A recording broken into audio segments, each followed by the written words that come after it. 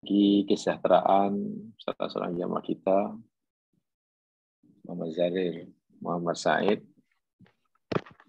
yang akan menjalani operasi 1 hari bulan dan 11 kalau tidak salah kata beliau. Mudah-mudahan Allah SWT memberikan yang terbaik di sebalik musibah, qada dan takdir yang Allah tetapkan buat saudara kita ini. Insyaallah.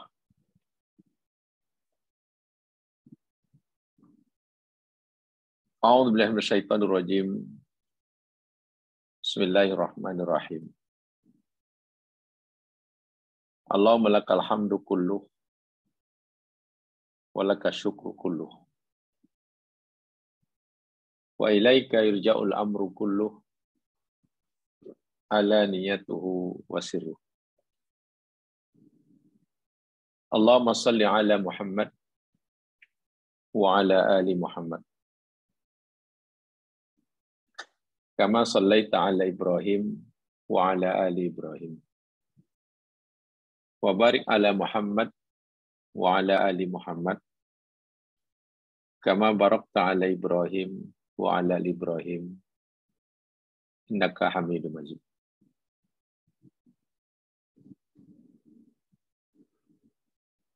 Allahumma qsim lana min khasyatika ma tahulu bihi bainana wa baina ma'asyik. Wa min ta'atika ma tuballighuna bihi ila jannatik. Wa minal yaqin ma tuhawwinu bihi alaina masa'ibad dunya. Ya Allah, ya Tuhan kami,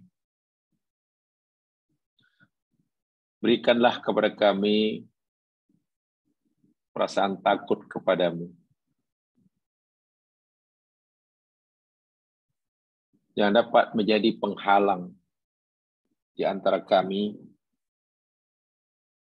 dan maksiat kepadamu. Ya Allah, berikanlah kepada kami ketaatan kepadamu yang membolehkan kami sampai pada surgamu. Ya Allah, anugerahkan kepada kami keyakinan yang memudahkan kami untuk menghadapi segala musibah dunia. Allahumma inna abdan min ibadik alladhi khalaqahu wa sawaita khalqahu wa hadaitahu ila siratikal mustaqim wa an'amahu bi ni'matil iman wal islam wa razaqahu bi ni'amikal katsiratil wafirah abdakal hakir ila rahmatik Muhammad Zarir Muhammad Said. Ikdi ma qadaita lahu kafaratan lidunubi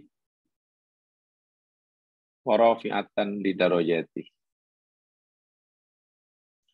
Adhibil ba'sa rabban nas biyadika syifa. La kashifa lahu illa anta ya rabbal alamin. Allahumma la malja'a wa la manja'a minka illa ilaik. Innaka ala kulli syai'in qadir. La ilaha illallahul halimul karim. La ilaha illallahul aliyyul azim. La ilaha illallah rabbus samawati sab'a wa rabbul arsyil azim. La ilaha illallah wahdahu la syarika lah. Lahul mulku wa lahul hamd wa huwa ala kulli syai'in qadir. Ya Allah, ya Tuhan kami, sesungguhnya hamba-Mu yang Engkau telah menciptakannya, dan Engkau telah menyempurnakan ciptaannya. Engkau telah tunjukkan dia ke jalan-Mu yang lurus. Engkau berikan nikmat iman dan nikmat Islam. Hamba-Mu yang amat sangat memerlukan, berhajat kepada belas kasihan-Mu. Muhammad Zarir, Muhammad Said. Jadikanlah setiap apa yang Engkau takdirkan berlaku atas dirinya, jika ianya merupakan ujian baginya, berilah ia kesabaran menghadapinya. Dan jadikanlah ujian tersebut sebagai penghapus dosa-dosanya dan mengangkatkan darjah dan makomnya. Jadikanlah apa yang Engkau telah takdirkan sesuai dengan qada dan qadarmu ke atas hamba-Mu Muhammad Zarir, Muhammad Said. Berilah dia kemampuan untuk menerimanya dengan penuh keridhaan dan sentiasa meyakini bahwa apa yang Engkau tetapkan baginya adalah yang terbaik baginya menurut-Mu. Beri dia kemampuan, ya Allah, untuk sentiasa berhusnudzon, berbaik sangka terhadap apa sahaja garis kehidupan yang Engkau telah tetapkan baginya. Allahumma shfi shifaan laisa ba'dahu saqamun abada. Allahumma khud biyadih. Allahumma khrishu bi'ainika allati la tanam. Waqfihi biruknika alladhi la yuram. Waqfadhu bi'izzika alladhi la yudam. Waqla'hu fil laili wan nahar. Warhamhu biqudratika alaih. Warhamhu biqudratika alaih. Anta thiqatuhu wa raja'uh. Ya kashifal ham. Wa ya mufarrijal karb. Ya mujiba da'watil muttarrin. Allahumma albishu sihah wal afiyah. Ajilan ghairu ajil. Ya arhamar rahimin. Allahumma shfi. Allahumma shfi. Allahumma shfi. Ya Allah, ya Tuhan kami, Zat yang maha menyembuhkan segala penyakit, Zat yang maha menghilangkan segala kesusahan dan kesulitan, Zat yang maha menyempitkan dan melapangkan. Angkatlah penyakit daripada hamba-Mu yang mengharapkan belas kasihan-Mu, Muhammad Zarir, Muhammad Said, dengan kesembuhan yang tidak diikuti dengan penyakit. Ya Allah, peganglah kedua tangannya. Jaga dan lindungi akan dia dengan kudrat dan pengawasan-Mu.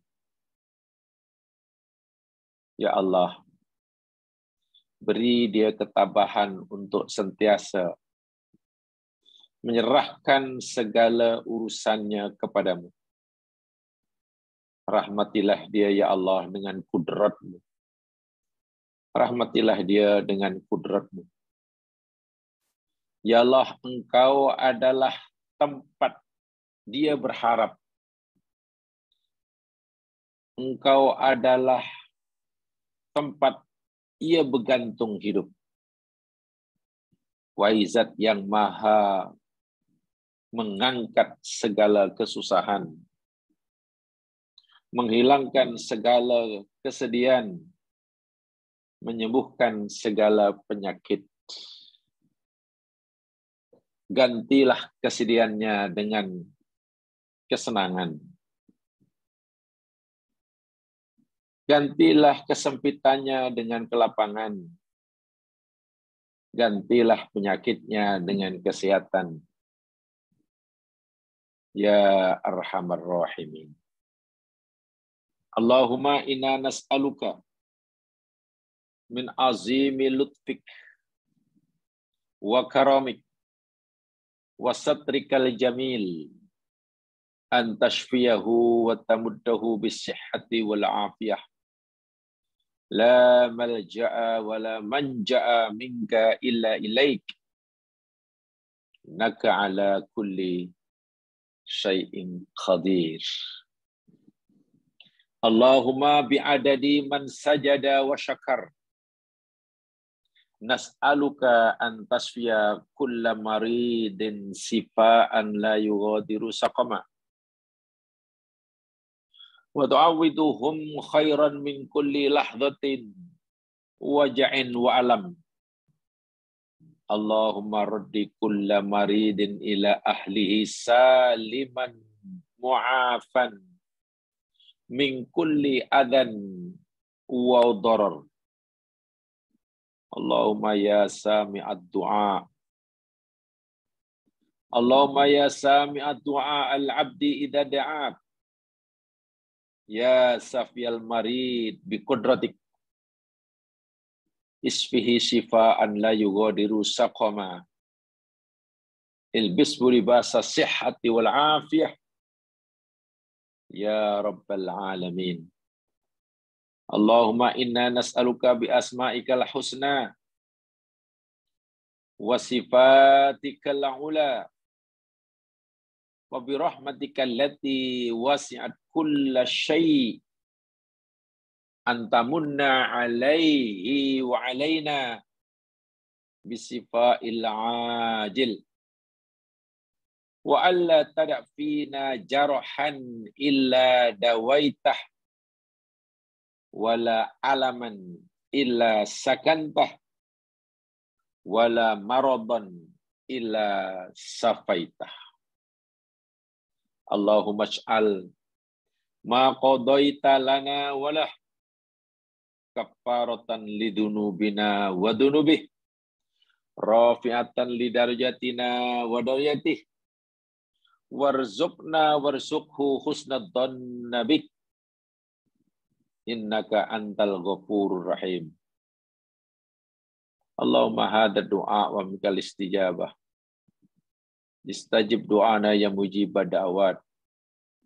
Rabbana atina fid dunya hasanah wa fil akhirati hasanah wa qina adzaban nar wa tawaffana mal abrar. Ya Aziz ya Ghaffar ya Rabbal Alamin. Sallallahu ala Muhammad wa ala alihi wa ashabihi wa atba'ihi ila yaumiddin. Walhamdulillahi Rabbil Alamin. Taqabbalallahu.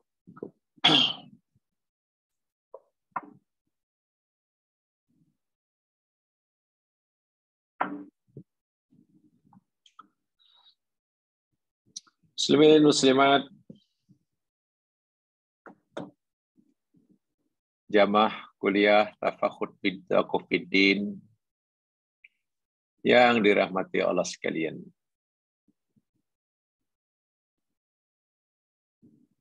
Hari ini, sebagaimana yang telah kita janjikan minggu lepas, untuk mempelajari hadis-hadis Nabi yang berkaitan dengan mereka yang akan menjadi ahli syurga walaupun mereka orang yang terakhir masuk surga. Tujuan kita mempelajari hadis-hadis sahih ini bukan sekadar mengetahui siapa mereka itu, tapi lebih daripada itu, sebagaimana yang telah kita pelajari sebelumnya,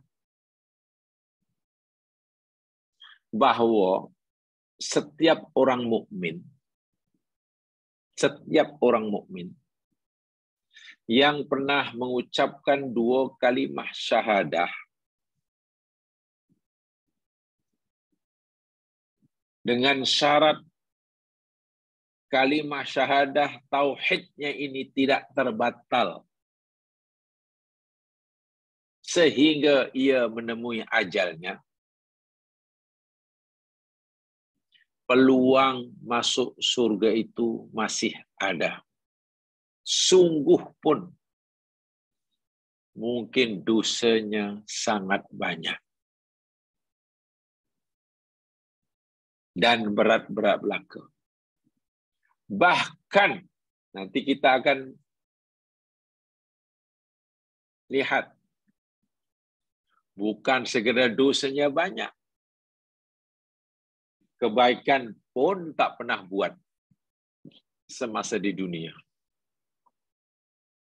Dengan syaratnya, kalimah syahadah yang pernah diucapkannya tidak terbatal sehingga ia menemui ajal. Ini bermakna bahwa nikmat terbesar Allah Subhanahu wa taala kepada hamba-Nya adalah nikmat tauhid, nikmat iman, atau lebih tepatnya mengesakan Allah. Percaya kepada Allah, iman pada Allah itu satu hal. Mengesakan Allah itu hal lain. Kita maklum bahwa rukun iman ada 6, betul? Dari 6 rukun iman itu, yang paling inti ialah nomor 1. Al-imanu billah, iman kepada Allah. Itu ibunya. Nah, inti daripada iman kepada Allah itu mengesakannya. Sebab kalau seseorang hanya beriman kepada Allah, iman kewujudan Allah, mengakui bahwa Allah sebagai Tuhannya, tetapi ia tidak mengesakannya, ini kacau. Ini neraka dan tidak masuk surga. Karena iman pada Allah kalau sekadar mengakui Allah itu ada dan mengakui Allah itu Tuhannya, tetapi tidak mengesakannya, itu namanya musyrik, bukan mukmin. Kita boleh tanya pada saudara kita, kawan karib kita, mungkin orang Nasrani. Saudara percaya adanya Allah? Ya, percaya. Kami tahu. Kami yakin Allah itu ada. Dan kamu yakin ia Tuhan? Ya, dia Tuhan. Mana dia beriman pada adanya Allah. Tapi apakah mereka mengesakannya? Nah, ini dia. Mengesakannya. Mentauhidkannya? Tidak. Karena mereka mempercayai Allah. Selain Allah, ada Tuhan, kata mereka, yang layak dipanggil Tuhan, yang boleh memberi itu, boleh memberi ini. Mereka meyakini Isa sebagai anak Tuhan, bukan sebagai utusan Allah. Nah, di sinilah. Jadi mereka tidak dipanggil mukmin. Orang-orang Nasrani menurut Islam tidak dipanggil mukmin hanya karena dia percaya mengakui adanya Allah. Tapi mereka disenangi sebagai orang kafir. Lam yakunil ladina kafaru min ahlil kitab wal musyrikin. Tengok ayatnya. Orang kafir ada dua, satu kafir musyrik, satu kafir ahli kitab. Kafir. Bukan orang mukmin, sehingga diperlakukan di akhirat kelak oleh Allah diperlakukan sebagai orang kafir, bukan orang mukmin. Bukan orang mukmin. Inilah yang saya maksudkan. Selagi dalam hati orang itu ada tauhid, bukan segala iman pada Allah ya. Mengesahkan Allah, asyhadu alla ilaha illallah, dan tidak menyekutukannya. Sepanjang hidup dia tidak melakukan dosa syirik yang menyebabkan syahadahnya terbatal. Walaupun mungkin dia buat dosa macam-macam. Dosa selain syirik macam-macam. Dan banyak. Bahkan tak pernah buat kebaikan pun. Berdasarkan sabda Nabi akan kita pelajari ini. Harapan untuk masuk surga itu masih ada. Walaupun mungkin yang terakhir. Inilah yang perlu kita ambil pelajaran ini. Betapa mahalnya nikmat tauhid itu. Itu yang penting. Sehingga dalam hidup ini adalah kita wajib menghargai, menilai nikmat terbesar Allah itu, yakni syahadah. Itulah. Orang boleh kehilangan selainnya. Nikmat itu. Tapi jangan kehilangan yang satu ini. Sehingga, kata tadi, sebanyak manapun dosa yang pernah dilakukan, sehingga mati dia masih banyak dosa yang banyak, syaratnya bukan dosa syirik ya. Sama ada Allah akan mengampunkannya di akhirat, atau Allah akan mengazabnya. Tetapi jika Allah mengazabnya sekalipun, ia tidak kekal di dalam neraka. Walaupun mungkin jutaan tahun, mungkin bilion tahun, mungkin triliun tahun dalam neraka. Tapi karena syahadahnya itulah masuk surga dan kekal abadi. Mari kita melihat iman tauhid itu segala-galanya, itulah. La ilaha illallah itu adalah segala-galanya. Beruntung siapa sayang yang pernah mengucapkan la ilaha illallah. Sudah. Peluang masuk surga ada. Tinggal nanti masuk surga. Syaratnya tidak batal ya. Sama ada masuk nanti kelas pertama, first class, atau yang second class, atau ekonomi. Yang pertama, atau yang kedua, atau mungkin yang terakhir. Pasti berbeza. Bahasa mudah. Siapa yang telah mengucap kalimat syahadah dan tidak terbatal, orang itu masih berhak mendapatkan kabar gembira. Kabar gembira. Karena akhirnya masuk surga, tapi itulah mungkin setelah sangat lama di dalam neraka. Mari kita lihat hadis-hadisnya. Hadisnya agak panjang-panjang, tapi di situ saya terjemahkan jadi mudah ya, saya bagi perenggan-perenggan itu. Ada yang pertama daripada Ibnu Mas'ud radhiyallahu an. Abdullah bin Mas'ud radhiyallahu anhuma. Hadis ini sahih riwayat Imam Al-Bukhari. Ya, riwayat Imam Al-Bukhari. Begini. Qala Rasulullah sallallahu alaihi wasallam. Inni la'a'lamu akhira ahli nari khurujan minha. Baginda bersabda, sesungguhnya aku tahu tentang orang yang terakhir keluar daripada neraka. Wa akhiru ahlil jannati duhulan. Bermakna ia terakhir ahli surga masuk dalam surga. Subhanallah. Semasa hayatnya Nabi beritahu pada sahabatnya, ya, kepada seumatnya, sungguh aku tahu orang terakhir keluar dari neraka, bermakna ia terakhir menjadi ahli surga. Siapa orang itu? Rajulun yakhruju minan nari kabwa. Yakni seorang lelaki yakhruju keluar minan nari daripada neraka kabwan, merangkak. Bukan berjalan kaki tapi merangkak. Bermakna susah payah. Ya, mungkin macam bayi, kanak-kanak yang baru boleh merangkak. Dan ini sebagai bukti karena terlalu lama di dalam neraka. Terlalu lama.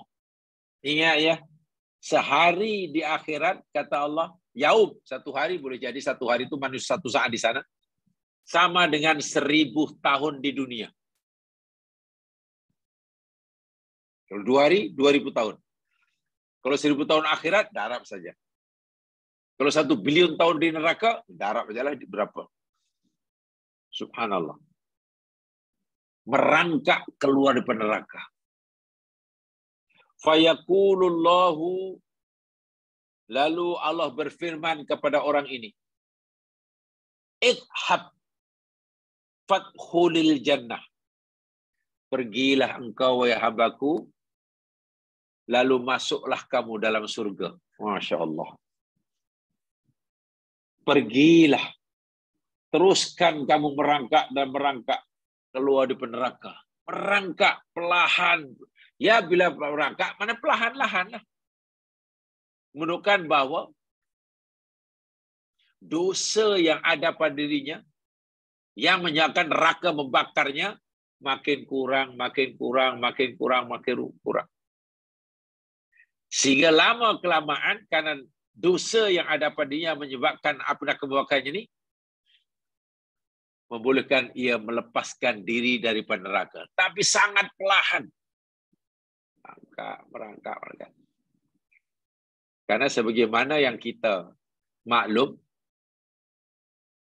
yang menyebabkan api ini panas dan membakar bagi orang yang melaluinya, yakni dosa. Dosa. Jika orang yang melalui jahanam itu tidak ada dosa, maka neraka tidak akan menyala. Di neraka ini, ya tahu sungguhlah, ada dosa, menyala, membakarnya. Tidak ada dosa, tidak ada. Itu dalam surah Maryam itu dijelaskan. Orang ini disuruh oleh Allah untuk terus merangkak keluar dan dipersilakan masuk surga. Fayatiha fayukhayyalu ilaihi annaha mala. Lalu laki ini pergi ke surga. Karena disuruh pergi, pergilah. Tetapi ia membayangkan bahwa surga telah penuh. Mal'ai. Penuh. Maklum terakhir.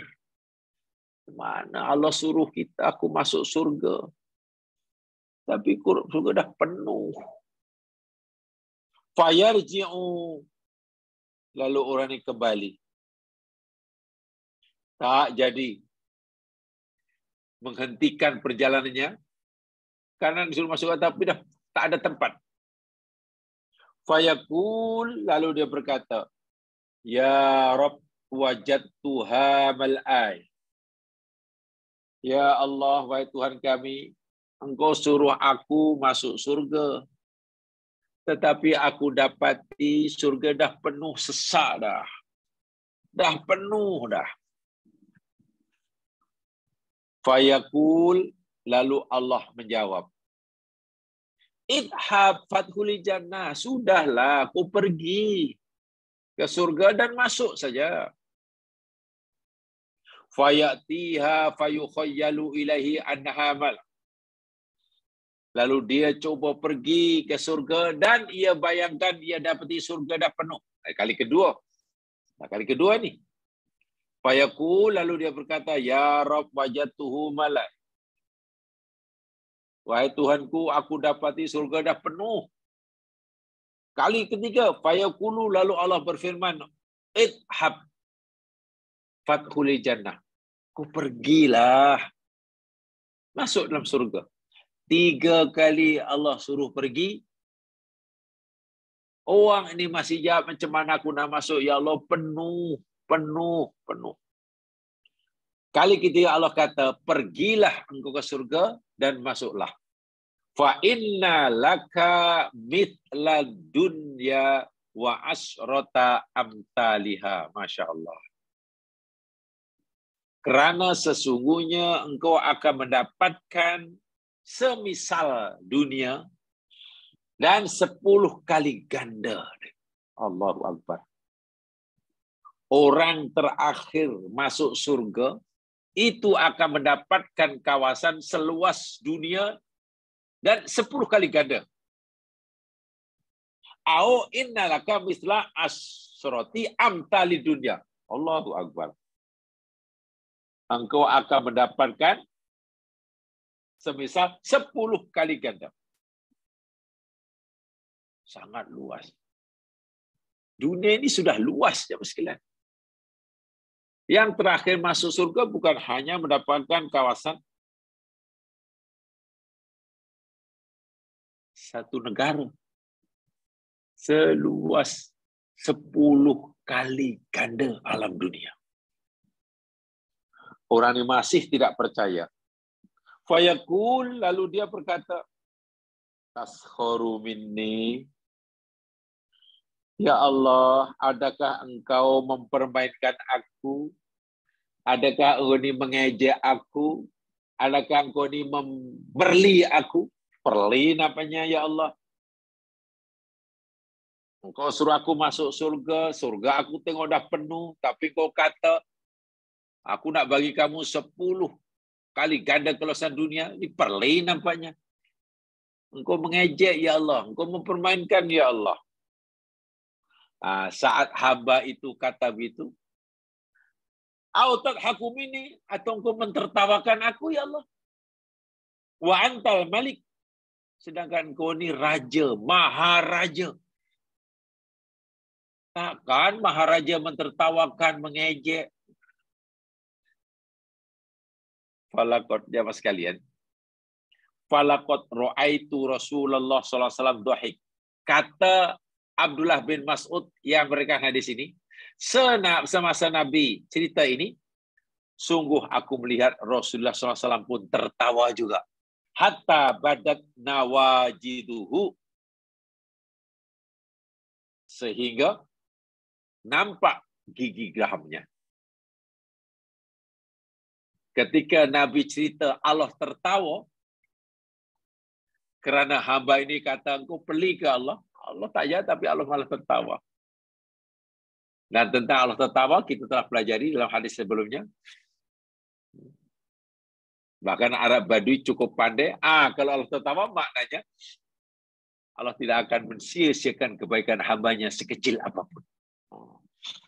Ini dia. Nabi pun tertawa. Wa kana yuqalu dzalika, adalah dikatakan dzalika adna ahlil jannati manzilatan. Itulah penghuni surga yang paling rendah kedudukannya di dalam surga. Orang terakhir masuk surga dan mendapatkan surga yang paling rendah, diberilah keluasan seluas 10 kali ganda dunia. Astagfirullahaladzim. Masya Allah. Bagaimana yang pertama masuk surga? Bagaimana yang pertama masuk surga? Sedangkan yang terakhir pun dapat 10 kali ganda. Ya, kita tidak mampu membayangkan, tapi kita hanya perlu meyakini dan mengimani. Yang ingin saya sampaikan ya mas sekalian, yakni pertama, orang ini sebetulnya tidak punya apa-apa amalan untuk dibawa ketika jumpa Allah. Kecuali kalimat syahadah yang tidak terbatal. Bukan sekadar tidak membawa amalan, malah orang ini banyak membawa dosa. Allahu Akbar. Banyak membawa dosa. Bukan sekadar tidak ada amalan. Itu pun oleh Allah akhirnya dipersilakan masuk surga dan diberi tempat seluas 10 kali ganda keluasan dunia.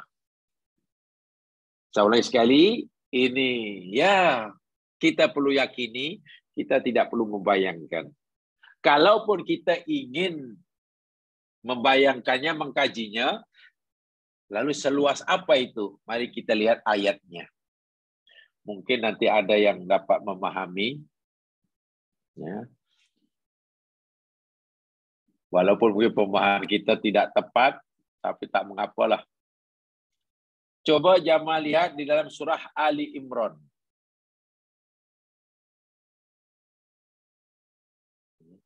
Surah Ali Imran.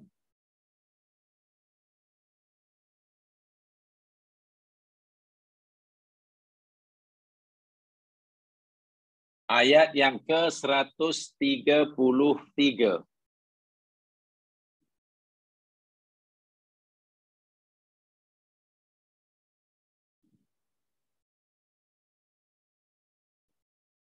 Orang terakhir masuk surga dapat kawasan ganjaran seluas 10 kali ganda luas dunia. Itulah balasan bagi orang yang punya akidah tauhid. Bermakna tauhid ini nikmat yang sangat besar. Sehingga yang punya tauhid diberi ganjaran tak tahulah. Berpuluh-puluh kali ganda, tak terbayanglah.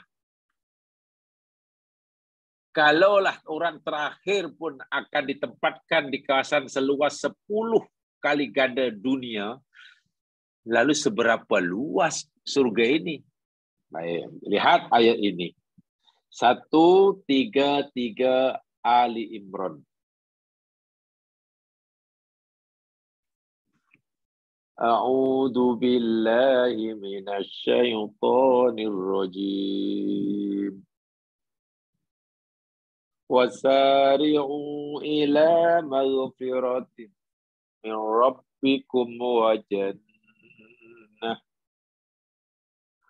jannatin 'arduha as-samawati wal ardh uiddat lil muttaqin. Wasari'u dan bersegeralah kamu, lawan segera, sebab ini musyarakah. Nak cepat, kita suruh lebih cepat, jadi lawan segera, lawan cepatlah. Ila maghfiratin, kepada pengampunan. Mir rabbikum, dari Tuhan kamu.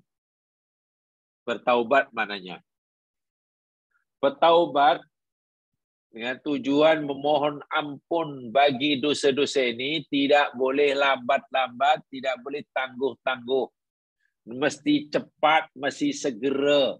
Tak boleh tangguh-tangguh, tunda-tunda. Bila seseorang itu sudah berjaya mendapatkan pengampunan Allah, barulah wajannatin, dan surga. Bersegeralah mendapatkan pengampunan dari Tuhan kamu dan bersegeralah untuk mendapatkan jannah, surga. Arduhas samawatu wal ard. Mungkin di situ terjemahnya keluasannya. Luas surga itu beberapa langit dan bumi. Disediakan bagi orang-orang yang bertakwa. Baik, kita coba pahami berdasarkan kalimat yang Allah gunakan dalam ayat ini. Di dalam ayat ini, Allah menjelaskan tentang keluasan surga. Arduhas samawatu wal ardu. Tetapi, ya Mas sekalian, di dalam bahasa Arab ini, ardun itu maknanya bukan luas. Contoh handphone saya ini. Ini handphone saya ini. Ardun tuh yang ini nih. Ini namanya ardun. Yang ini ardun. Yang sini ke sini, yang ini namanya tulun. Ini tulun. Ini ardun. Ini ardun, ini tulun. Kalau kita sudah tahu ardunnya, dan sudah tahu tulunnya, pasti kita tahu keluasannya. Ya, darab sajalah ardun, darab tulun. Baru dapat keluasan. Ibarat rumah sekarang. Ada orang berumah. Rumah awak mana? Oh, saya beli rumah teres saja. Teres. Double story. Berapa buka dia? Bukanya 20 kaki je. 20 kaki. Panjang dia ke belakang, yang belakang 70 je. Standard lah. Nah, yang 20 kaki itu namanya ardun. Yang 70 kaki ke belakang itu namanya tulun. Ardun, darab tulun, baru dapat keluasan.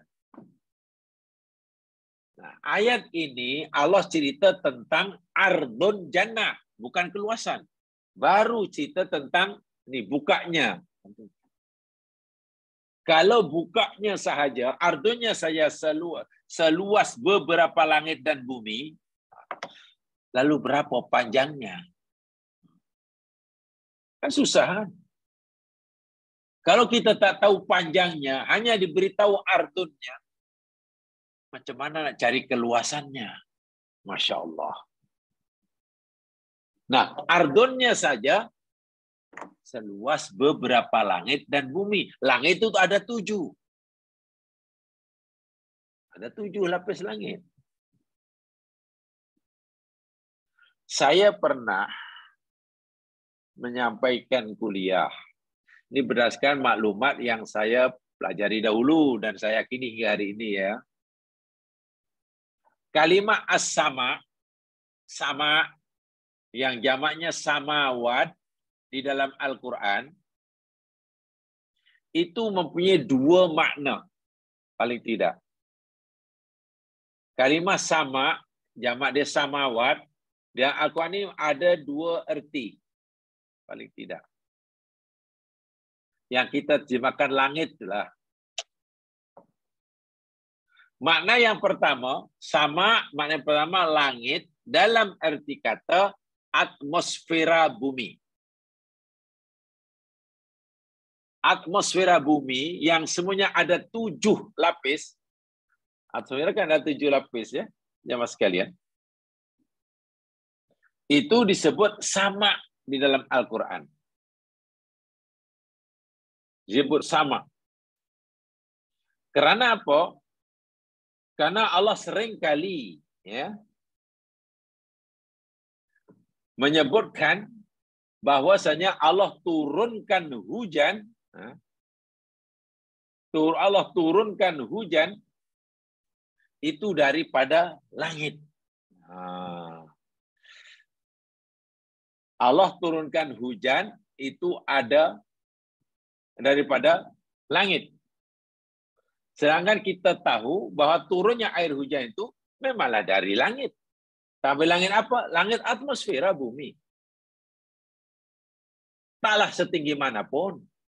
Jamaah naik kapal terbang dengan ketinggian 10.000 meter atau 10 kilometer atau 12 kilometer. Terang benderang. Telepon orang rumah kat bawah, hujan lebat.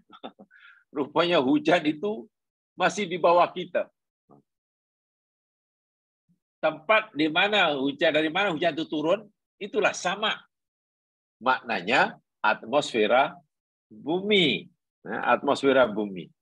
Dan kita tahu bahwa atmosfera bumi itu ada 7. Atmosfera bumi kan ada 7.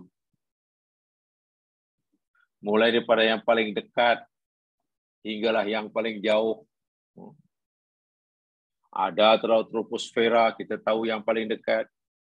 Ada ozonosfera, ada stratosfera, ada mesosfera, ada termosfera. Paling luar ada exosfera. Bumi kita diselimuti oleh udara. Semuanya ada lapis, ada 7 lapis. Makin besar, makin besar, makin besar. Quran sebut langit sama. Lepas itu ya sudah tidak ada lagi.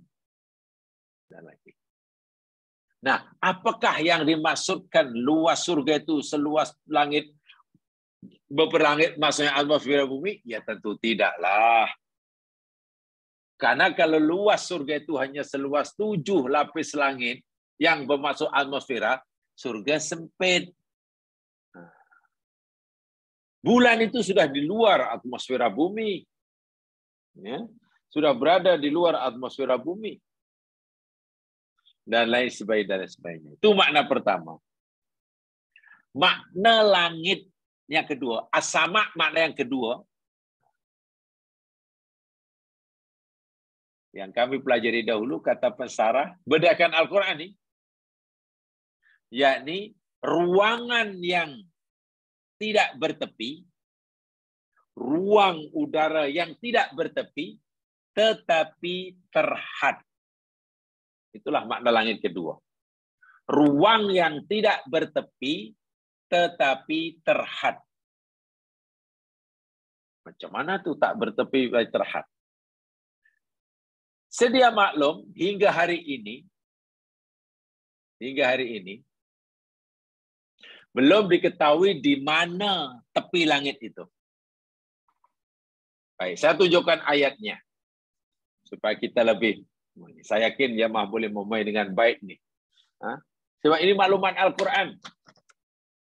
Ya, Al-Quran yang betul-betul tidak bercanggah dengan penemuan ilmu moden. Dengan ilmu moden. Lihat firman Allah Subhanahu wa taala di dalam surah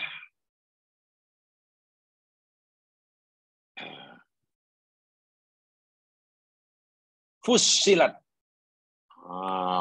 Fussilat. Surah yang ke-41. Surah 41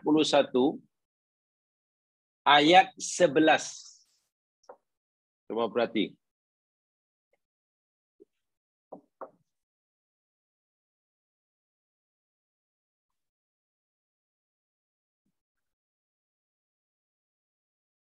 Surah 41 Fussilat ayat yang ke-11.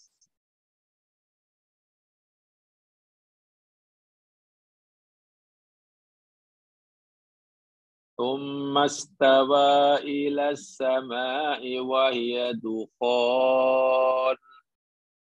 Kemudian ia menuju ke langit. Yang pada masa itu keadaan langit masih berupa dukhan. Dukhan terjemahannya yakni asap. Terjemahan awam. Tapi kalau kata para pakar astronomi, astrofizik, kosmologi, dukhan itu maknanya subkosmos. subkosmos namanya. Faqala, lalu Allah berfirman laha kepada langit, walil ardi dan kepada bumi, i'tiya tau'an au karha. Datanglah kamu berdua, wahai langit dan bumi, dengan patuh, setia, au karhan atau dengan terpaksa. Qalata, langit dan bumi menjawab, ataina ta'i'in. Ya Allah, kami datang menghadapmu ya Allah dalam keadaan taat. Ini cerita ketika Allah mencipta bumi langit dahulu, Allah berdialog dengan bumi dan langit. Dan langit, bumi, langit kata, kami patuh. Ayat berikutnya, ini ayat 12, inilah jawabannya. Faqadahunna sab'a samawatin fi yaumain. Lalu Allah telah menetapkan langit-langit itu sab'a samawat. Ada 7 lapis langit. Betul ya? Dan Allah telah menetapkan bahwa Allah akan menciptakan dalam ketetapan Allah 7 lapis langit. Sab'a, 7. Fi yaumain, dalam 2 fasa. 2 hari, 2 fasa. 2 peringkat. Ya, jelas ya, ada 7 semuanya. Wa auha fi kulli sama'in amraha. Dan Allah telah memberi wahyu pada tiap-tiap langit akan urusannya. Nah, tengok. 7 lapis langit yang Allah tetapkan. Oke. Dan tiap-tiap langit ini Allah telah beri wahyu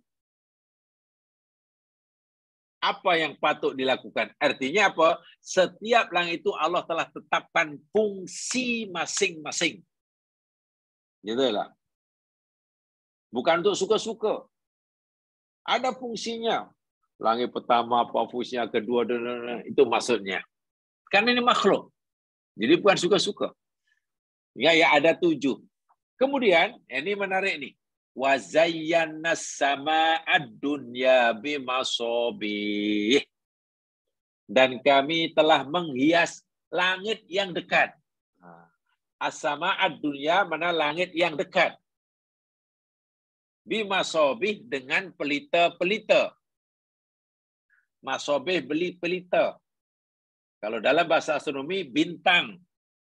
Benda langit yang ada cahaya sendiri. Contohnya matahari. Itu nama misbah.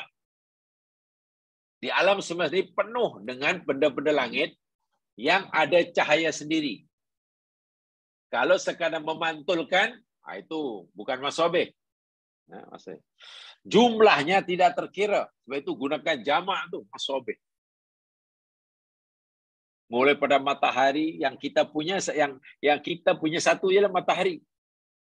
Tapi ada matahari lain berbilion jumlahnya selain matahari kita. Dan matahari yang paling dekat dengan matahari kita itu dijangkakan jaraknya 3.000 tahun cahaya. Masya Allah. 3.000 tahun cahaya. Maknanya cahaya matahari yang menjadi jiran matahari kita itu cahayanya atau sinarnya sampai ke tempat kita selepas 3.000 tahun. Jauh tuh. Sangat jauh. Kalaulah kita pancarkan katalah laser lah daripada bumi kita ke arah matahari yang paling dekat dengan matahari kita, selepas 3.000 tahun baru sampai cahayanya. Sinar matahari kita yang tiap hari terbit, tiap pagi terbit, petang hari terbenam, sinarnya sampai ke mata kita selepas 8 menit saja. 8 menit. So, itu mengasyikkan kalau kita memahami benda ini. Bila matahari kata kita berdiri di tepi laut, lalu ketika melihat matahari sedang terbit umpamanya, sunrise kan, terbit, Bila kita, oh matahari sudah terbit, tengok betul-betul berada di atas laut. Kita kata baru terbit. Wah, matahari yang kita nampak itu, yakni matahari 8 menit sebelumnya. Kita lambat 8 menit melihatnya. Wah, panjat bukit nak tengok, menikmati keindahan alam semesta. Ketika itu sunset umpamanya. Matahari tenggelam. Matahari tenggelam tak nampak, kita sudah lambat 8 minit yang lalu telah. Menariknya apa? Allah berfirman, langit dunia sahaja yang kami hias dengan bintang-bintang, dengan matahari. Bila Allah kata langit yang dekat, mana ada langit yang jauh? Gitu kan? Tadi kan ada 7. Ada 7 langit. Maknanya langit dunia, langit yang pertama. Itulah, langit pertama. Pelita-pelita yang Allah ciptakan hanya berada di bawah langit pertama. Langit kedua, ketiga, keempat, keenam, ketujuh, tidak ada. Masabih tidak ada. Tak ada matahari. Tak ada bintang. Tak ada planet. Apa isinya? Wallahu alam. Allah hanya beritahu kita, bintang-bintang hanya ada di bawah langit pertama. Nama Sama'udun dia. Nah, sekarang, ini kata pakar. Tahun 2000, apa ya? Ya, tahun 2000 inilah, 2004 ke 20 berapa macam itulah. NASA telah menemukan, NASA dengan bantuan teleskop Hubble dan Spitzer telah menemukan galaksi terjauh daripada bumi kita. Galaksi yang dipercayai paling jauh tempatnya daripada bumi kita. Galaksi yang gugusan bintang. Kita berada pada galaksi Milky Way. Dan di luar Milky Way ada lagi galaksi Andromeda hinggalah yang paling jauh. Yang paling jauh jaraknya dengan kita 13,7 bilion tahun cahaya. Subhanallah. Maknanya sinarnya, cahaya galaksi itu akan sampai ke tempat kita selama memakan masa 13,7 bilion. Di mana beradanya? Sangat jauh, tak terbayang. Nah, berkaitan dengan tajuk kita, sejauh mana pun galaksi yang dapat dikesan hari ini, ia masih berada di bawah langit pertama. Sebab Allah kata, hanya langit pertama yang ada hiasan bintang. Itu yang dikatakan langit, pengertian kedua, ruang yang tak bertepi, karena belum diketahui di mana tepinya. Tetapi terhad. Terhad karena ada langit kedua, ketiga. Kalau langit pertama tak ada hadnya, mana nak cari langit kedua, ketiga? Nah, sekarang mari kita bayangkan. Kalau langit pertama pun kita tak mampu membayangkan keluasannya, macam mana nak bayangkan keluasan langit kedua, ketiga, keempat, hingga yang ketujuh?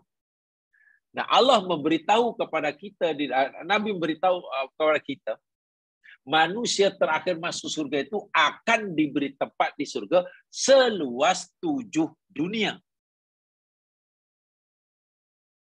Artinya seluas 7 langit yang pertama.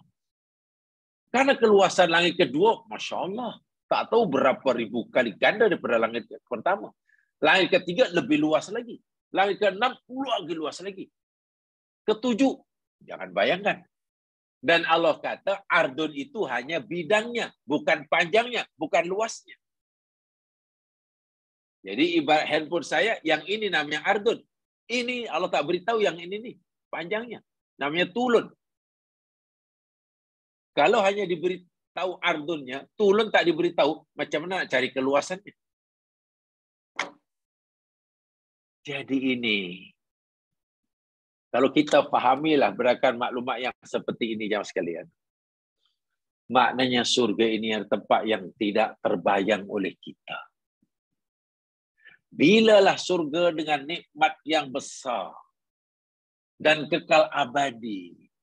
dijadikan balasan oleh Allah bagi orang yang punya akidah tauhid dengan syarat tauhidnya tidak terbatal sehingga mati.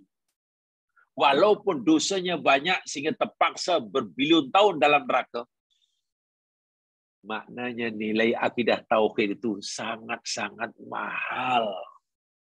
Sangat mahal. Dunia dan isinya ini tidak seberapa berbanding nilai akidah tauhid. Bila itulah Allah beritahu pada kita, Nabi memberitahu kepada kita seperti itu. Masalahnya, sudahkah kita menghargai? Sudahkah kita menilai kalimat tauhid yang Allah anugerahkan kepada kita itu seperti itu? Setinggi itu. Itu maksudnya. Paham ya?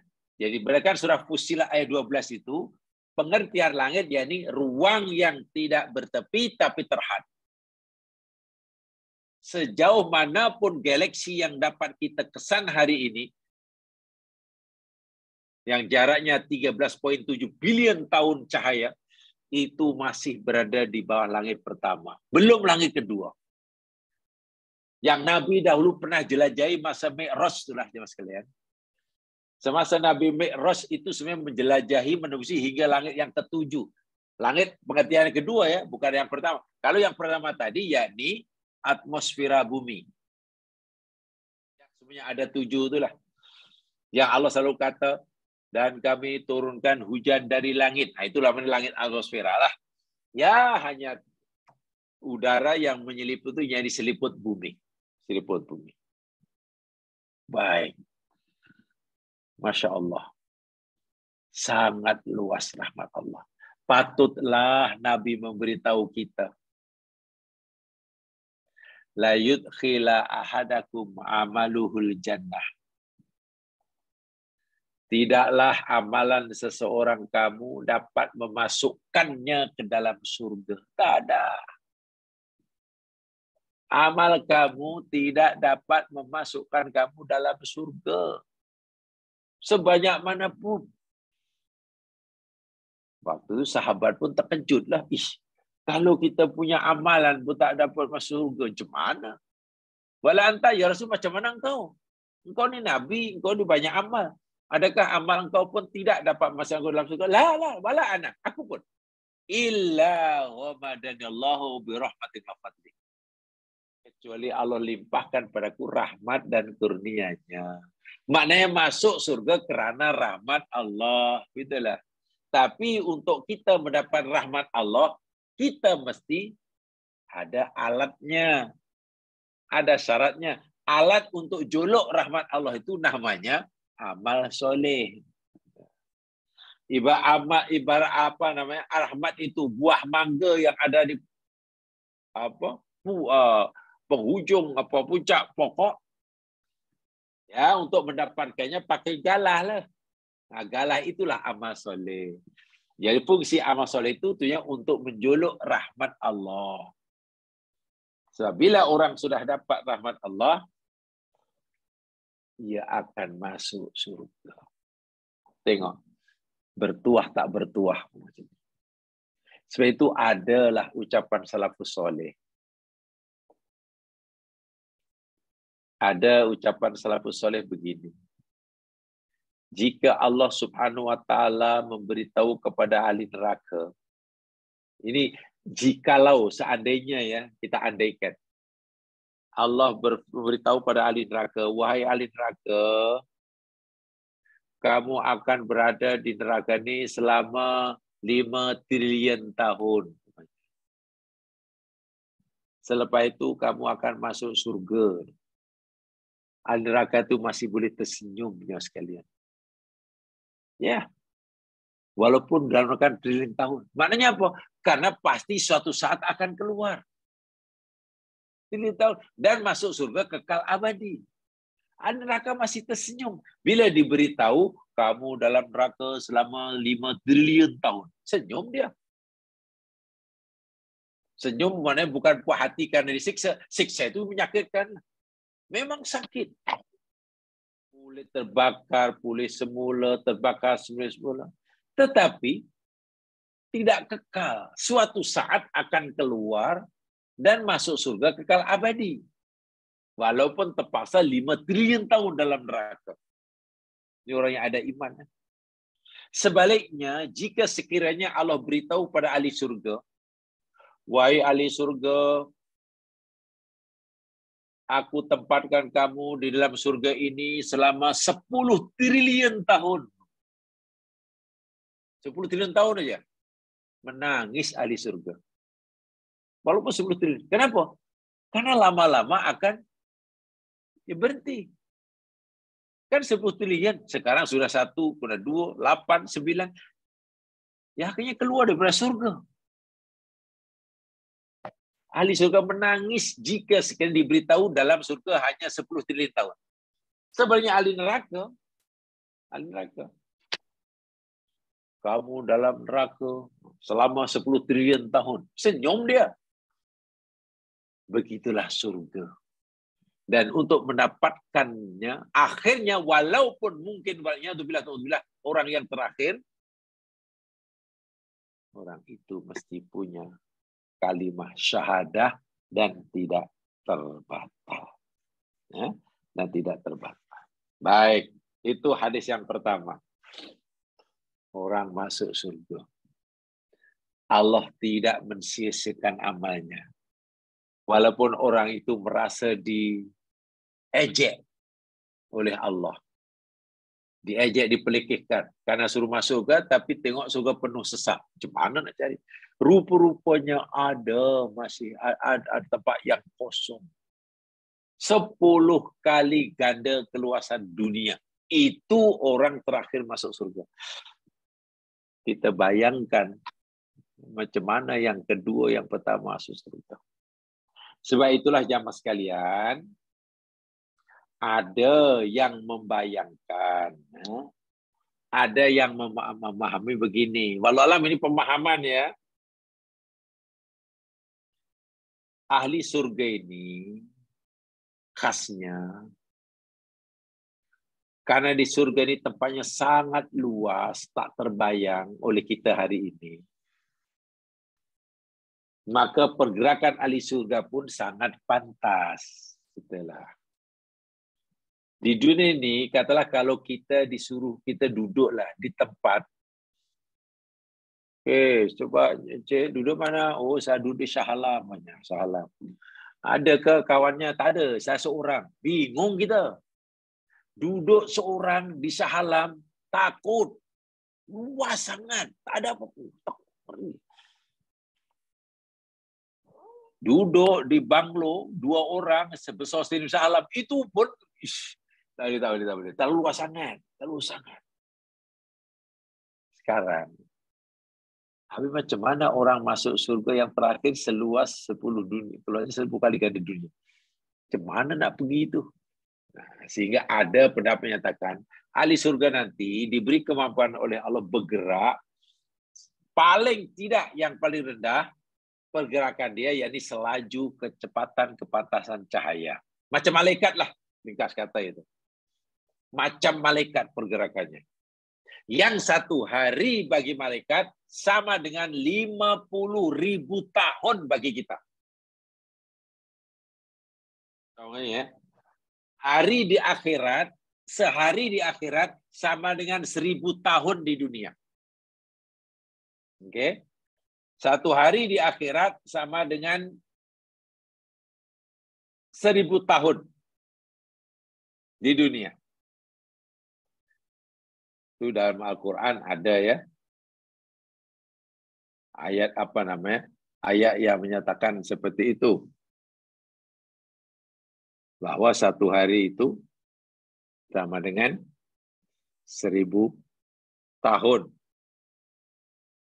Sementara 1 hari bagi malaikat, 1 hari bagi malaikat, itu sama dengan 50.000 tahun bagi kita. Ada yang memahami begini. Malaikat ini bila bergerak dari satu tempat ke tempat yang lain, Dan masa yang diperlukan untuk bergerak dari satu tempat ke tempat yang itu kata 1 hari bagi dia. Jarak yang ditempuh oleh malaikat dalam 1 hari, jarak itu kalau kita yang menempuhnya memakan masa 50,000 tahun. Itulah bahasa mudahnya. Bermakna pergerakan malaikat ini sangat pantas. Lebih pantas daripada pergerakan jin. Dan makhluk-makhluk atau orang ahli surga ini semuanya waktu itu ditakdirkan Allah punya kepantasan bergerak paling tidak sama dengan malaikat. Sebab itu seluas surga seperti itu pun ya tidak terasa luas lah karena pergerakan sangat laju.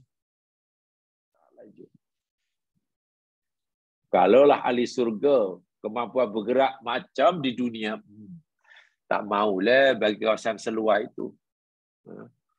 Seluas itu. Tuh hadis yang pertama. Sekarang kita baca hadis yang kedua.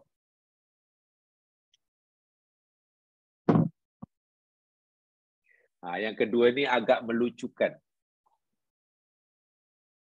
Saya kadang berfikir begini jemaah sekalian ya. Allah ini kan Rabbul Jalil, Rabbul Alamin. Di akhirat nanti berdialog secara langsung tanpa perantaraan malaikat. Allahu Akbar. Berdialog secara langsung dengan hambanya yang akan dimasukkan surga tanpa perantaraan malaikat. Bagaimana cara Allah berdialog dengan hambanya yang akan menjadi ahli surga? Wallahu a'lam. Itu tak perlu dipikir bagaimana caranya. Tapi yang pasti, Allah akan berdialog, bercakap langsung dengan hambanya yang akan jadi ahli surga tanpa perantaraan malaikat. Langsung, berduaan lah.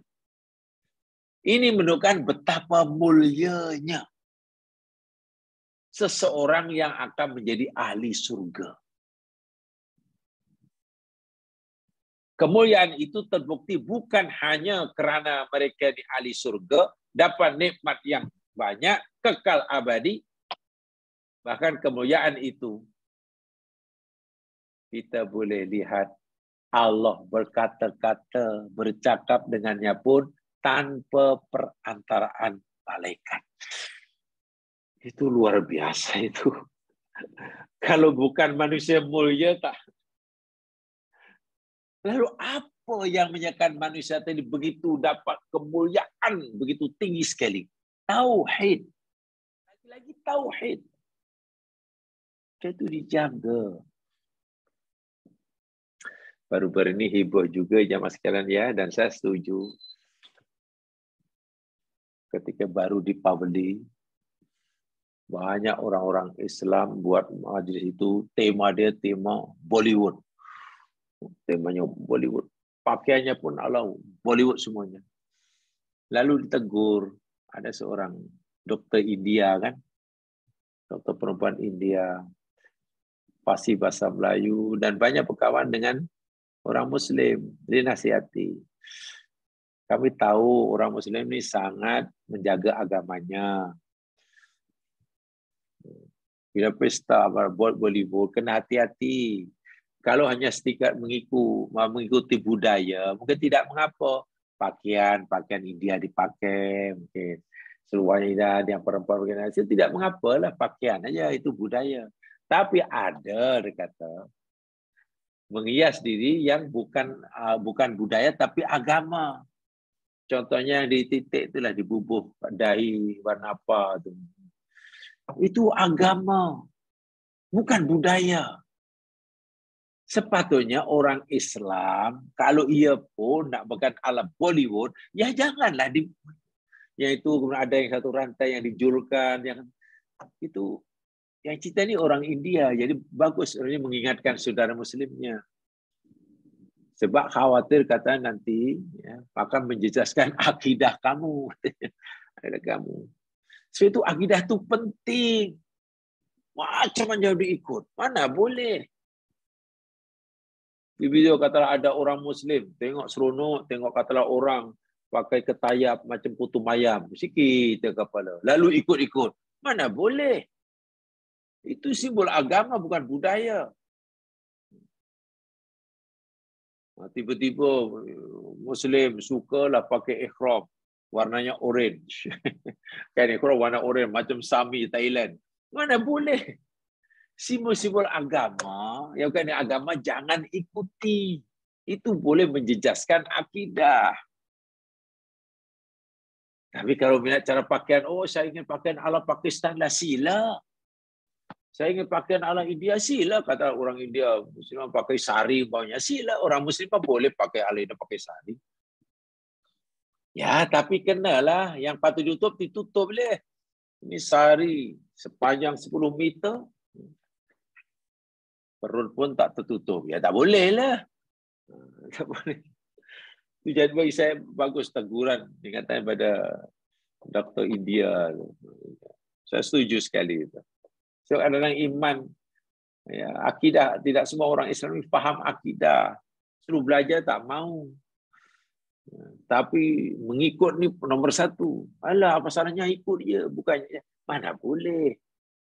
Nanti orang Kristian yang kaitan dengan agama pun ikut-ikut juga. Jadi tak boleh ya. Baik, sekarang hadis yang kedua. Masih daripada Abdullah bin Mas'ud juga. Anna Rasulullah sallallahu alaihi wasallam qala. Daripada Ibnu Mas'ud radhiyallahu anhu bahwasanya Nabi sallallahu alaihi wasallam bersabda, akhiru man yadkhulul jannata rajulun, bahwasanya orang yang terakhir memasuki surga adalah seorang lelaki, fahuwa yamshi marratan wa yakbu marratan. Allahu akbar. Subhanallah. Lelaki terakhir masuk surga ini keluar dari surga, kadang-kadang berjalan lalu jatuh tersungkur, kadang berjalan lagi jatuh. Allah. Yang tadi merangkak, yang ini kadang berjalan, lalu tersungkur lagi, berjalan lagi. Susah, payah. Dan kata pensyarah hadis, kenapa tak begitu laju keluar neraka? Fuk, keluar. Perlahan. Ya, itu meninggal proses bahawa ya, dosa yang ada padanya ini semakin kurang, semakin kurang, semakin kurang. Sehingga dia dapat memisahkan dirinya daripada neraka. Sikit. Kalau boleh gunakan istilah dunia lah. Ini kalau boleh bukan istilah dunia yang sekian ya. Ini memudahkan pemahaman ya. Bukan yang sebenarnya, hanya untuk pemahaman. Neraka ini punya graviti yang maha dahsyat. Neraka ini punya graviti yang maha dahsyat. Bumi pun ada graviti. Graviti neraka sangat dahsyat. Sehingga boleh menyedut siapa saja yang layak. Itu dalam surah Al-Mulk ada itu. Dan orang yang tersedut oleh graviti neraka ini, orang yang berdosa. Semakin banyak dosanya, semakin besar dosanya, semakin kuatlah daya tarikan neraka pada dirinya. Cengkam. Karena ada graviti. Bila dosa itu makin kurang, ya, graviti neraka ini makin melemah, makin orang. Sehingga orang makin mampu membebaskan dirinya daripada cengkaman daripada graviti neraka itu. Sikit itu mulai berjalan, ada yang merangkak, berjalan jatuh lagi, itu untuk memudahkan pemahaman ya. Begitu. Sangat kuat. Wallahu alam apa itu. Saya yakin jamaah tahu di alam semesta itu pun ada juga satu kawasan yang kawasan itu punya graviti yang super dahsyat sehingga tak terbayang. Kawasan itu disebut black hole. Black hole. Yang biasanya yakni tercipta wujud akibat supernova. Bila ada bintang yang sudah tua lalu meletus, berkecai, maka akan menimbulkan lubang. Lubang hitam namanya. Seperti yang saya katakan selalu, saintis ni jamaah sekalian, bila melihat sesuatu yang ada, dipercaya ada tapi tak tahu hakikatnya, benda itu diyakini ada tapi tak tahu hakikatnya, biasanya saintis gunakan istilah kalau tidak black,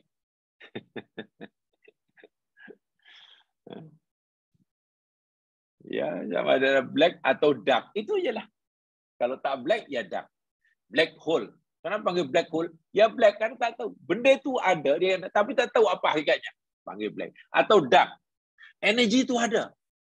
Diyakini ada. Tapi tak tahu hakikatnya, dipanggil dark energy. Alam semesta ini dipenuhi dark energy.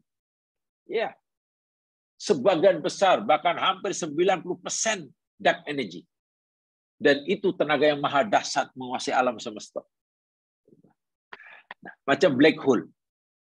Benda apa saja yang dekat dengan black hole akan disedut. Lenyap. Hatta cahaya sinar bila masuk black hole tak akan mampu melepaskan diri.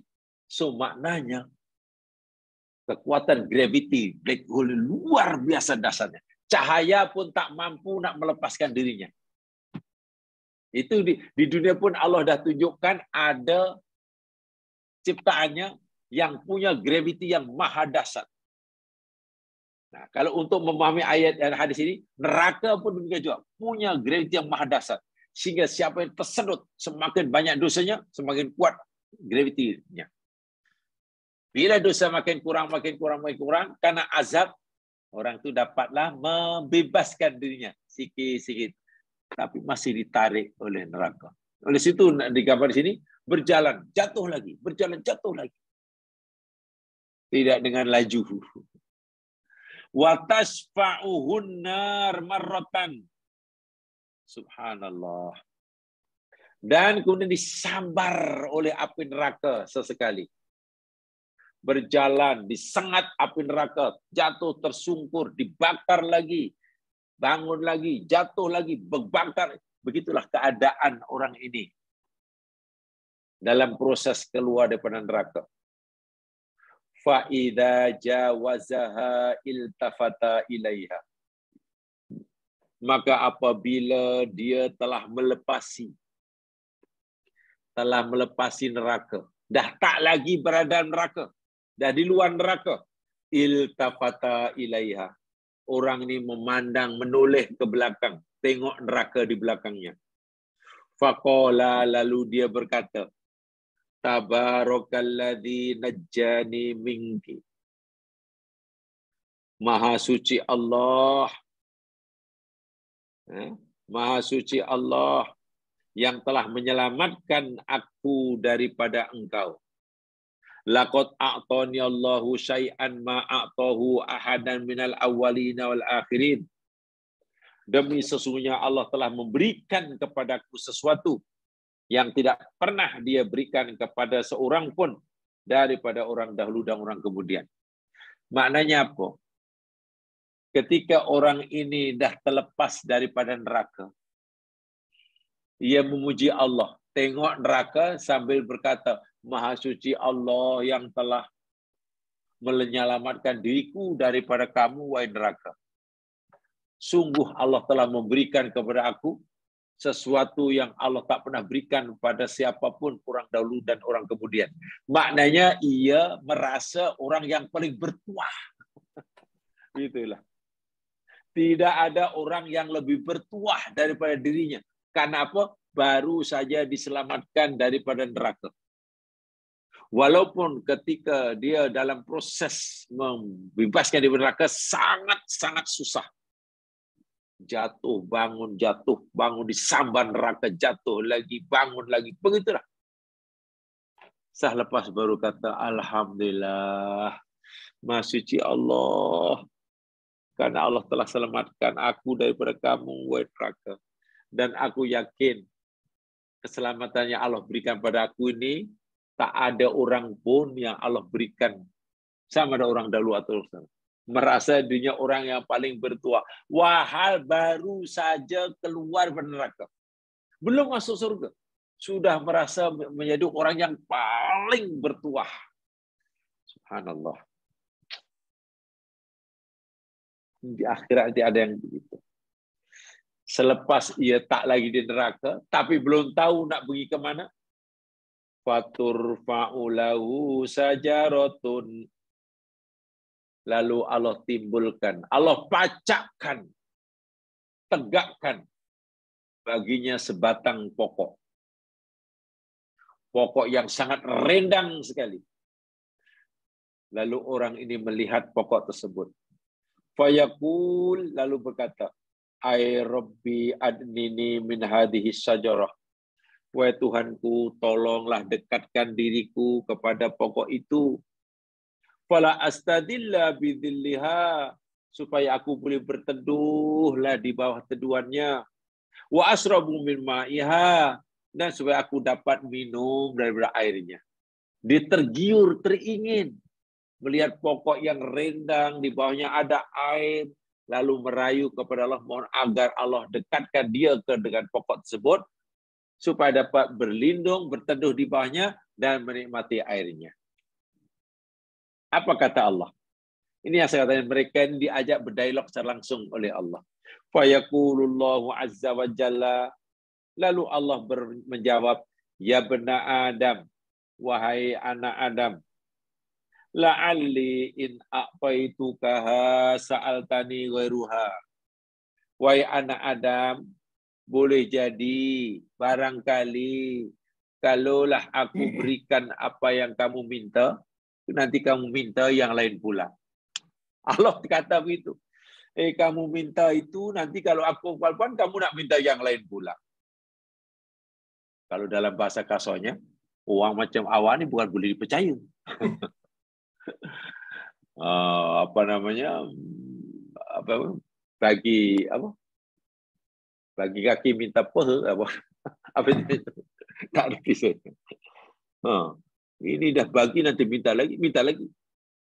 Fayaku, lalu orang ini menjawab, la ya Rabb, oh tidak ya Allah, tidak. Aku berjanji ya Allah, aku hanya minta ini sahaja. Kalau kau kabulkan, aku tak akan minta yang lain. Wa yu'aihuduhu alla yas'alahu ghairaha. Warabu ya'diruhu li'annahu yara ma la sabra lahu alaih. Dia berjanji dia tidak akan minta kepada Allah selain. Jika Allah kabulkan permintaan ini, sudah cukup. Lalu Allah terimalah alasannya. Karena Allah melihat namanya orang yang tak sabar. Nah, sangat agar Allah dekatkan pada pokok yang rindang supaya dapat berteduh dan minum airnya. Fayunihi minha. Lalu Allah dekatkan orang ini kepada pokok tadi. Dikabulkan permintaannya. Fayastadillu bidhilliha. Dan dia dapat berteduh di bawah teduhannya.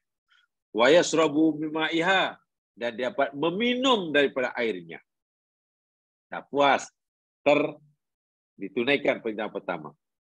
Selepas puas dia berteduh dan menikmati airnya, thumma turfa'u lahu sajaratun hiya ahsanu minal ula. Kemudian Allah munculkan semula pokok yang lebih cantik daripada pokok yang pertama. Yang sekarang dia sedang berteduh itu. Lebih cantik, lebih indah, lebih menawan, lebih tergiur lagi dia.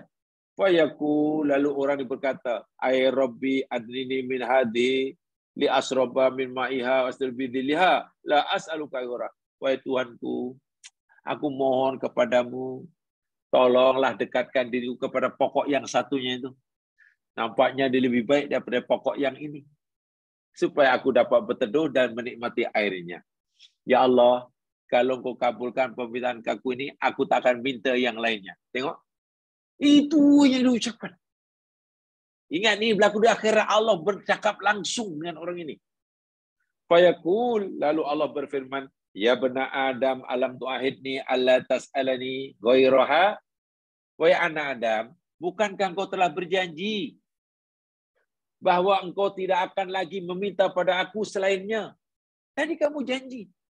Bila aku bagi, kamu tak minta yang ini, minta lagi. Mana janji kamu? Kamu berjanji, pandai berjanji. Tapi diingkari. Fa yaqulu la'alli in adnaituka minha tas'aluni waraha.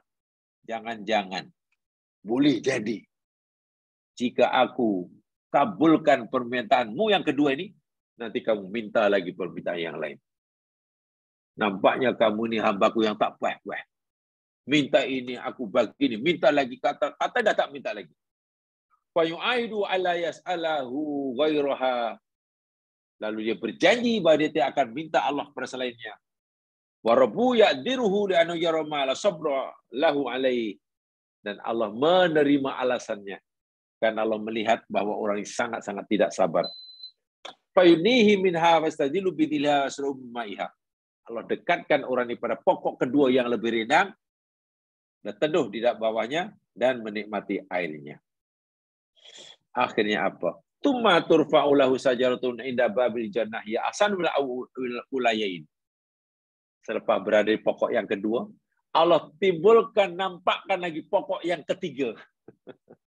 Dekat hampir sungguh dengan surga. Dekat sungguh dengan surga. Lebih cantik pada dua pokok sebelumnya. Fayaku, lalu orang ini berkata, ay rabbi adini min hadihi li astadilla bidilliha wasrawa bimaiha la asalagaruha. Macam permintaan pertama dan kedua. Wahai Tuhanku, tolong dekatkan diriku kepada pokok itu. Aku dapat berteduh dan menikmati airnya. Allah jawab seperti yang pertama dan kedua. Ya bena Adam, alam tu'ahidni ala tas'alani ghairaha. Wahai anak Adam, bukan kau telah berjanji 2 kali dah. Kamu tidak akan meminta lagi selainnya. Bila aku kabulkan, kamu tak minta lagi. Qala bala, benar ya Allah, benar, betul. Dah 2 kali aku berjanji tapi tak tahan pasal lebih cantik. Ada lebih cantik. Hadilah as'aluka wa betul. Aku tak akan minta selainnya. Wa rabbuhu ya'tadiruhu li'anna yaramala sabra lahu alaiha fa'udnihi minha. Allah terima lagi alasan dia dan Allah dekatkan, kabulkan permintaan hamba yang ketiga ini. Permintaan yang ketiga hamba ini Allah kabulkan. Wa idza adnahu minha. Tatkala hamba ini didekatkan oleh para pokok yang ketiga yang sudah hampir dengan surga, fayasma'u aswata ahli jannah. Dia sudah dapat mendengar suara kegembiraan ahli surga. Fayaqul, lalu orang ini berkata, ay rabbi adkhilniha. Wahai Tuhanku, masukkan aku dalam surga. Minta lagi. Dah kali keempat dah. Ya Allah, minta lagi lah kali keempat dah. Boleh tak engkau masukkan aku dalam surga itu? Rupanya di dalam ramai uang, seronok. Dah 4 kali dah. Lalu Allah menjawab, ya bena Adam, ma yasrini minka ayurdiyaka an u'tiyaka dunya wa mithla maha. Hai anak Adam, apa agak yang dapat menghentikanmu daripada terus meminta ini? Apa ya agak yang boleh menghentikan kamu daripada terus meminta? Dah tempoh hari kamu minta, aku bagi, kamu minta lagi. Wah, kamu dah janji tak minta. Aku bagi lagi, kamu berjanji tak akan minta lagi. Apa agak yang boleh menghentikan kamu ya supaya kamu tak minta lagi? Lalu Allah berfirman, ayurdika an u'tiyaka dunya wa mithlaha ma'ha. Wahai anak Adam, adakah kamu ridha dan tak akan minta lagi jika aku berikan pada kamu dunia dan yang semisal dengannya? 10 kali ganda tadilah. Sekarang beginilah. Aku nak bagi kamu nikmat surga seluas dunia dan yang semisal dengannya. Dalam mata yang lain tadi, 10 kali ganda. Kamu ridho, kamu puas. Quran dikata, qala ya Rabb atas ta'zi'u minni wa anta rabbul alamin. Wahai Tuhanku, adakah engkau mentertawakan aku? Adakah engkau mentertawakan aku sedangkan engkau ni Rabbul Alamin? Di sinilah apa namanya? Orang ini merasa dilecehkan. Wah, Allah tidak melecehkan. Macam pali aja. Mula ni tegur dah 3 kali. adakah kamu puas jika aku berikan kamu tempat di surga seluas dunia dan isinya? Fadhahika Ibnu Mas'ud, Ibnu memberikan hadis ini tertawa ketika sama menceritakan hadis ini. Faqala, lalu Ibnu berkata, ala tas'aluni mimma adhab? Wahai sahabat-sahabatku, tidakkah kamu ingin bertanya kenapa aku tertawa? Faqalu, lalu sahabat yang mendengar cerita Ibnu Mas'ud ini berkata, mimma tadhaku? Pasal apa yang kau bertawa, Ibnu Mas'ud? Qala hakadha dhahika Rasulullah SAW. Ya, beginilah dahulu ketika Nabi cerita, Nabi pun tertawa. Karena Nabi cerita pada kami tertawa, aku pun sekarang cerita hadis pada kamu, aku pun tertawa. Masya Allah. Agama Islam disampaikan dengan penuh keceriaan. Ini yang saya maksudkan. Agama Islam disampaikan oleh Nabi dan sahabat dengan penuh keceriaan, menggembirakan kepada yang mendengar. Tafsir. Sehingga ya memang itulah agama ini, kena basiru wala tu'assiru wala tunaffiru. Berikan kabar gembira. Jangan buat mereka lari. Yassiru wala tu'assiru. Mudahkan, jangan susah-susahkan. Faqalu, ketika Nabi tertawa, kami pun bertanya, mimma tadhak ya Rasulullah? Ya Rasulullah, kenapa tertawa?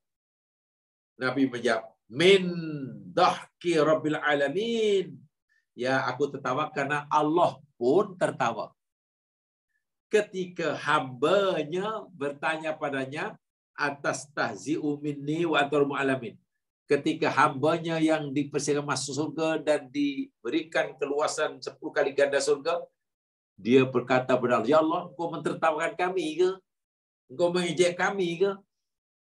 Lalu Allah tertawa. Fayaqulu inni astahzi'u la astahzi'u minka. Aku tidak mengejek kamu, wahai hambaku. Walakinni ma asya'u qadir. Tapi sebenarnya aku berkuasa terhadap apa yang aku kehendaki. Bila aku nak bagi kamu surga seluas 10 kali ganda dunia pada kamu yang terakhir, aku berkuasa.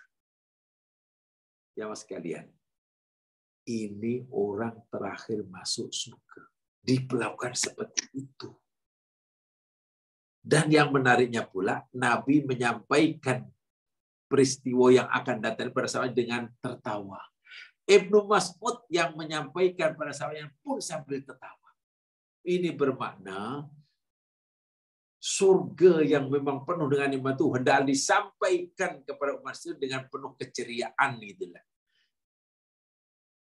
Walhal yang orang yang disampaikan berita ini kan Nabi cerita tentang orang yang banyak maksiat. Yang banyak maksiat, banyak dosa. Terakhir masuk keluar neraka ini kan banyak maksiat. Itu pun masih diberi peluang untuk tertawa. Nah, ini yang pentingnya. Orang yang banyak dosa dan dihumban dalam neraka ribuan tahun, bilion tahun, itu pun masih diberi peluang untuk tertawa. Allah masih tertawa. Ini bermakna orang yang punya akidah tauhid yang tidak terbatas, walaupun dosanya sangat banyak, walaupun mungkin disiksa dalam neraka bilion tahun, tapi akhirnya dia akan mendapat rahmat Allah yang melimpah-limpah dan masuk surga penuh dengan kemuliaan. Dan yang lebih mulia lagi, orang yang baru bebas dari neraka, telah hangus terbakar entah berapa bilion kali, Allah berkata-kata, berdialog dengannya secara langsung. Dan itu tentu kemuliaan yang luar biasa. Orang yang terakhir masuk surga, belum pun masuk surga, sudah merasakan nikmat surga. Tadi kan belum masuk surga. Tengok pokok itu dinaikkan, pokok itu semua adalah nikmat-nikmat mukodimah lah. Nikmat awal yang Allah berikan sebelum pun orang ini menjadi penghuni surga. Ringkas kata, karena semua itu hanya layak diberikan pada yang punya akidah tauhid tidak terbatas. Marilah kita jaga tauhid kita. Marilah hargai kalimat tauhid kita. sebagaimana semestinya. Jangan sesekali melakukan perbuatan yang boleh mencemar akidah tauhid. Itu poin yang terpenting. Dan Allah Subhanahu wa taala rupa-rupanya jangankan kepada hambanya yang soleh, kepada hambanya yang penuh dengan maksiat sekalipun, yang dosanya sangat banyak sekalipun, selagi masih ada tauhid, Allah masih tertawa melihatnya. Allah masih dengan mesra berdialog dengannya. Akhirnya, ini yang menarik ya. Kalau kepada hambanya yang banyak dosa itu pun Allah masih mampu tertawa dan berdialog secara langsung, apa daripada hambanya yang soleh. Sehingga kita bergaul dengan Allah, muamalah dengan Allah ini menyenangkan gitulah. Mentaati perintah Allah, muamalah dengan Allah, berinteraksi dengan Allah ini menggembirakan. Itu tidaklah begitu. Jadi orang mukmin ini yakni menjadi sangat menggembirakan. Rasakan itu. Jangan jadi orang susah lah, gelisah. Oh, gimana? Bila hati susah dalam hidup, coba hayati hadis-hadis seperti ini. Insya Allah hati kita jadi lapang. Insya Allah jadi lapang. Nyawa sekalian, nampaknya itu saja yang sempat saya sampaikan. Yang benar pada Allah juga, silap lemah saya sendiri. Yang benar pada Allah juga, yang silap diri sendiri. Mohon dimaafkan segala kekurangan. InsyaAllah bila diizinkan oleh Allah, kita akan berjumpa pada kesempatan yang lain. Mari kita dengan baca tasbih kifarah dan surah wal asr. Subhanakallahumma wa bihamdika asyhadu an la ilaha illa anta astaghfiruka wa atubu ilaik. A'udzu bisyaitonir rajim wal asr. Al-insana bihusn alladziina amanu shalihat. Assalamualaikum warahmatullahi wabarakatuh. Waalaikumsalam warahmatullahi wabarakatuh. Terima kasih Ustaz. Minum kopi.